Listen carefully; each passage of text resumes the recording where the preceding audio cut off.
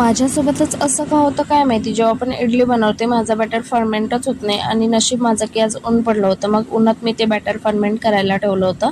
आणि नारळाच्या चटणीशिवाय तर इडली अधुरीच. मग गव्हांना बोलली की नारळ फोडून द्या, तोपर्यंत मी इकडे इडली पात्रात बॅटर टाकून घेतले आणि इडली 10 मिनटं स्टीम करायला ठेवले. तोपर्यंत इडली होती, तोपर्यंत म्हटलं सांबाराची पण तयारी करून घेऊयात. कांदा चॉप केला. आणि तुम्ही पण इडली बनवताना तुमच्यासोबत पण असंच होतंय का, कॉमेंटमध्ये सांगायला विसरू नका. आणि इकडे गॅसवर कढई ठेवली, तेल टाकलं आणि त्याच्यात जिरे, मोहरी, कढीपत्ता टाकला आणि कांदा जरा लांबूनच टाकला, हाताला चटका लागण्याची भीती वाटत होती. मग सगळं असं चांगलं परतून घेतलं आणि इकडे आपली टम्म फुगलेली इडली पण तयार झाली होती.